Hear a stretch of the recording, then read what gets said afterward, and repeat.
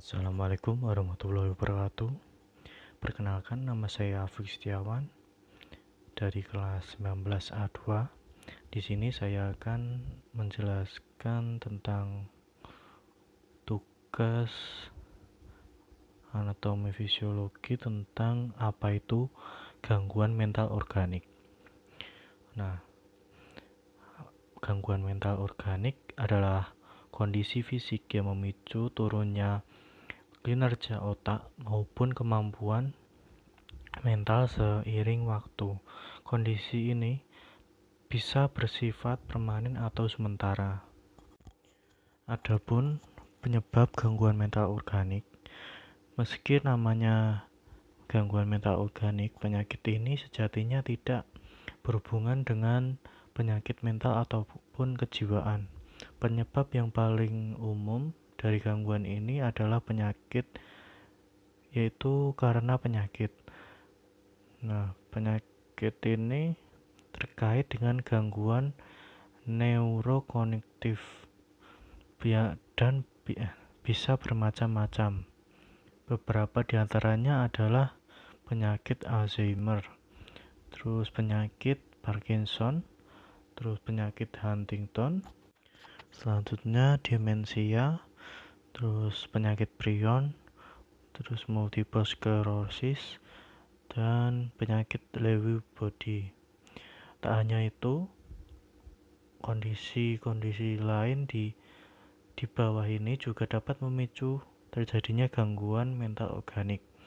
Nah, yaitu salah satunya dari paparan bahan-bahan kimia, terus penggunaan obat-obatan terlarang dan alkohol, terus adanya penyakit ginjal, gangguan hati, penyakit tiroid. Selanjutnya kekurangan vitamin, gagal otak, pengumpulan darah, rendahnya oksigen dalam darah, tingginya karbon dioksida dalam tubuh, terus stroke, infeksi otak, dan demensia akibat infeksi HIV. Karena itu, gangguan mental organik tidak hanya dialami oleh kalangan lanjut usia, meski paling umum terjadi pada lansia, pada usia di bawah usia 60. Penyakit ini sering terjadi akibat cedera. Adapun apa saja gejala yang bisa terjadi? Gejala gangguan mental organik bervariasi tergantung pada penyebabnya, yaitu ada gejala umum. Yang pertama, perubahan hati atau mood, terus linglung atau kebingungan, mudah marah, adanya perubahan pada perilaku, kemampuan kognitif, dan memori. Ada juga gejala lain. Yang pertama itu tidak mampu melakukan pekerjaan yang tampak mudah bagi orang lain. Yang kedua, sulit berkonsentrasi dalam waktu yang lama. Terus penurunan kemampuan berkomunikasi dan berinteraksi kepada orang lain. Terus sakit kepala, kesulitan berjalan, masalah keseimbangan, dan gangguan pada penglihatan. Nah, jika Anda atau orang terdekat memiliki gejala yang telah disebutkan, segeralah berkonsultasi kepada dokter. Bisa saja keluhan yang terjadi disebabkan oleh penyakit serius ataupun tidak. Penanganan yang sejak dini dapat membantu dalam pencegahan pada kondisi ini maupun dari yang belum parah menjadi parah. Nah, sebagai contoh, pada penyakit Alzheimer. Nah, pada penyakit Alzheimer dan demensia, keduanya memang belum bisa disembuhkan, tetapi deteksi dini dapat membantu supaya Anda mendapatkan penanganan secepat mungkin. Dengan ini, perkembangan penyakit bisa dihambat.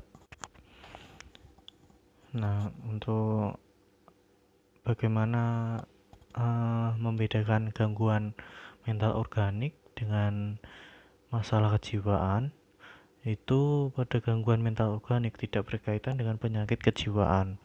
Nah, namun banyak gejalanya yang hampir mirip dengan skizofrenia dan depresi.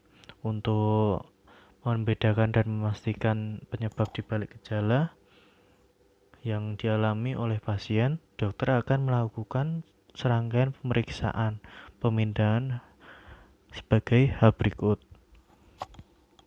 Yang pertama yaitu melakukan CT scan pada kepala. Tes ini memungkinkan dokter untuk mengecek struktur otak serta jaringan lunak. Yang kedua yaitu MRI pada kepala. Selain mengecek struktur otak, MRI juga bisa mendeteksi ada tidaknya kerusakan pada otak. Nah, selanjutnya yaitu PET scan. Nah, pada pemeriksaan ini, dokter menggunakan cairan khusus yang kemudian akan tampak pada bagian-bagian yang mengalami kerusakan. Nah, itu yang selanjutnya yaitu elektroencefalogram, yaitu pemeriksaan yang disingkat EEG. Ini akan mengecek aktivitas listrik di dalam otak pasien. Nah, biasanya banyak yang pertamanya, bisakah gangguan mental organik untuk disembuhkan? Nah, pengobatan gangguan mental organik akan tergantung pada penyebab dasarnya. Langkah pengobatan yang dapat dilakukan umumnya meliputi istirahat total untuk memulihkan cedera. Yang kedua, konsumsi obat pereda nyeri. Terus konsumsi antibiotik untuk menangani infeksi pada otak. Terus pembedahan untuk memperbaiki kerusakan otak. Terus terapi okupasi untuk membantu dalam mengembalikan keterampilan sehari-hari. Yang terakhir yaitu terapi fisik untuk memperbaiki koordinasi, keseimbangan, dan fleksibilitas tubuh. Nah, oleh sebab itu kemungkinan gangguan mental organik bisa disembuhkan atau tidak juga tergantung pada dalang dibalik kondisi medis ini. Sebagai contoh, ketika penyakit neurokognitif terjadi karena demensia, penyakit Alzheimer, atau penyakit Parkinson, kondisi ini tidak dapat disembuhkan.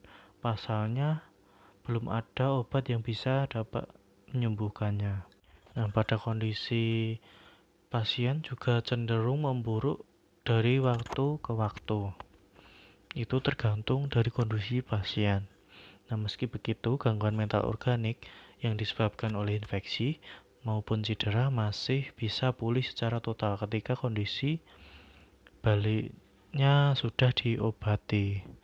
Nah, itu penjelasan dari saya tentang gangguan mental organik. Cukup sekian. Terima kasih. Wassalamualaikum warahmatullahi wabarakatuh.